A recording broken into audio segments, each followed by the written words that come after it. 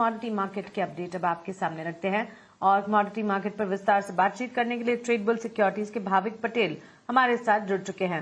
Bhavik, good morning, स्वागत है आपका ईटी नाउ स्वदेश पर। अपना समय हमें देने के लिए आपका शुक्रिया। सबसे पहले तो वॉर के फ्रंट पर मिडल ईस्ट टेंशन पर आपके एक टेक अवे में समझना चाहूंगी, क्योंकि डोनाल्ड ट्रंप ने ईरान युद्ध ज्यादा लंबा ना खींचने और हॉर्मूज पर जल्द डील के संकेत दिए हैं।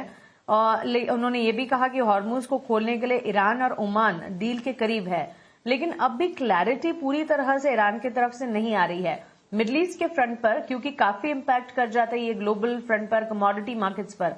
क्या राय होगी, आपके टेक्स क्या है?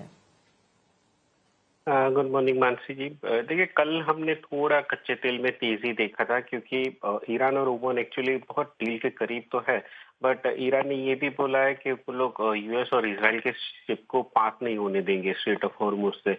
तो उसकी वजह से हमने वापस से देखा कि थोड़ा तनाव बढ़ा है कि all is not well between middle east. हालांकि ये जरूर से तय है कि कहीं ना कहीं एटलीस्ट ये वीकेंड से पहले एक डील जरूर से होगी सेफ पैसेज के लिए बिटवीन ईरान और Oman for straight of Hormuz. कितनी ट्रांजिट फी होगी, क्या होगा, इंश्योरेंस कॉस्ट, वो सब भी पता नहीं है, बट क्रूड ने एटलीस्ट उसके वजह से नेगेटिवली रिएक्ट कर दिया है। अभी लग रहा है कि क्रूड का एक फ्लोर बन चुका है, तो यहाँ से लग रहा है कि शायद और क्रूड में थोड़ी तेजी आ सकती है। तो आज के दिन 72.50 पे बाय कर चल सकते हैं 74.50 के टारगेट के लिए। 71.50 का स्टॉप लॉस रहेगा। लग रहा है कि 7,000 से 6,800 का एक सपोर्ट जोन बन चुका है क्रूड में।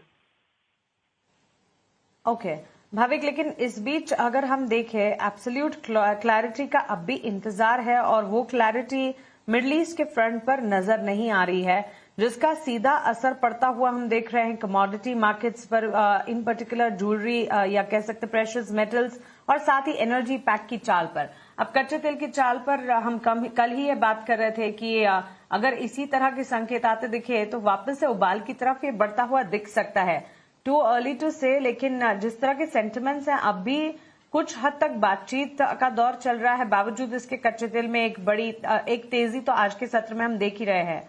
सो अगर यहाँ पर इसी तरह के संकेत मिलते रहे जो कि कॉन्ट्राडिक्टरी है, तो फिर इस सिचुएशन में कितनी वॉलेटिलिटी कच्चे तेल की चाल पर नजर आ सकती है और कितना ज्यादा उबाल वापस से, क्योंकि एक समय हमने देखा था $95, उसके बाद $100 के पास भी गया था।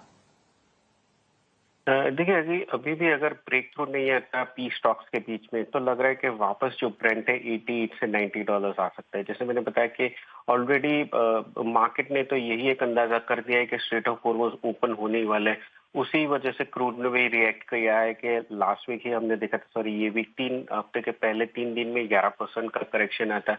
तो $80 के नीचे ब्रेंट सस्टेन नहीं कर पा रहा है despite straight of Hormuz opening. But ये भी है कि मार्केट को भी ये नहीं लग रहा है कि मिलिट्री कॉन्फ्लिक्ट होगी बिटवीन यूएस और ईरान, क्योंकि यूएस के भी हम देख रहे हैं कि उनके भी जो एम्यूनिशन है वो डिप्लीट हो गए हैं, और वहां से भी न्यूज आ रहा है कि अभी अगर कोई एयर पावर करेंगे तो वो इतना फायदा नहीं होगा।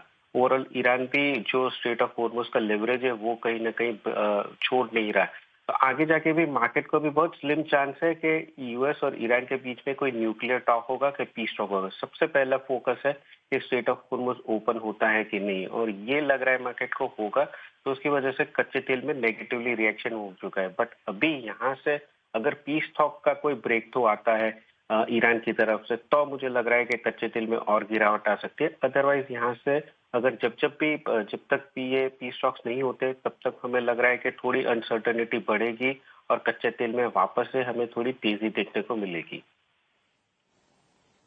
बिल्कुल, तो चलिए यहाँ पर अनसर्टेनिटी बढ़ने के पूरे आसार नजर आ रहे हैं और कच्चे तेल में यहाँ से आगे तेजी भी शायद नजर आ सकती है अगर क्लैरिटी का अभाव इसी तरह से बना रहे। लेकिन भाविक, अब बात करते हैं प्रेशियस मेटल्स की। ईजिंग रेट हाइक कंसर्न्स की वजह से हम देख रहे हैं 7 वीक के लेवल्स या 7 वीक के उच्चतम स्तर के आसपास गोल्ड होवर करता हुआ अभी नजर आ रहा है। विदेशी बाजार से लेकर घरेलू बाजार तक क्या राय होगी गोल्ड सिल्वर पर, प्रेशियस मेटल्स पर, और इस वक्त रणनीति क्या बनानी है? देखिए, 6 हफ्ते के बाद कल हमने देखा था, इनफैक्ट 2 दिन पहले देखा था कि एक अच्छी रैली देखने को मिली गोल्ड और सिल्वर में, जहां पे सोने में 4200 ब्रेक किया, चांदी ने देखे तो $60 ब्रेक किया है। तो रैली बहुत अच्छी है। हालांकि कल हमने देखा था कि थोड़ा पुल बैक डेफिनेटली आया था, क्योंकि एक्सपेक्टेशन जैसे आपने बताया इन्फ्लेशनरी एक्सपेक्टेशन ईज आउट हो गया है, कच्चे तेल कम हो गया है, तो लग रहा है कि शायद जो 2 रेट हाइक होने वाले थे उसके बदले एक ही रेट हाइक होगा। और दूसरा हमने ये भी देखा कि 15 दिन में चाइना में ETF में $1 बिलियन का इनफ्लो आया है, तो वहां पे भी अभी डिमांड गोल्ड की बहुत बढ़ गई है। तो ये सारे फैक्टर्स सोने और चांदी के लिए पॉजिटिव है। हालांकि आज भले ही सॉफ्ट ओपनिंग होता है, बट बाय एंड डिप्स की स्ट्रेटेजी रखनी चाहिए, जहाँ पे सोने में 148 के करीब बाय करके चल सकते हैं 149,300 के टारगेट के लिए। वहीं चांदी में 2,24,500 पे बाय कर सकते हैं 227 के टारगेट के लिए। ठीक है, गिरावट में खरीदारी की रणनीति प्रेशियस मेटल्स में अपनानी चाहिए, ये राय मिलती हुई भाविक की तरफ से। अच्छा, नेचुरल गैस पर भी भाविक आपसे एक राय जानना चाहेंगे, क्योंकि एनर्जी पैक में जिस तरह से हम देख रहे हैं एमिड सप्लाई डिसरप्शन फियर ऑयल में एक राइजिंग ट्रेंड नजर आ रहा है। ड्राफ्ट प्लान भी ईरान की तरफ से एक restrictive draft plan straight of Hormuz के लिए तैयार किया गया है। इन तमाम का असर एनर्जी पैक में क्या सिर्फ कच्चे तेल पर पड़ रहा है? नेचुरल गैस की चाल में करीब आधे से 1% तक की बिकवाली हम देख रहे हैं। देखिए, नेचुरल गैस जो हमारे यहाँ ट्रेड होता है वो यूएस का होता है, और वो स्ट्रेट ऑफ हॉर्मुज से उसे कोई है नहीं। तो आई थिंक उसकी वजह से हमने देखा कि एशियन और यूरोप के नेचुरल गैस के फ्यूचर में बढ़त देखी है, बट यूएस के नेचुरल गैस के फ्यूचर में कोई हमने बढ़त नहीं देखी।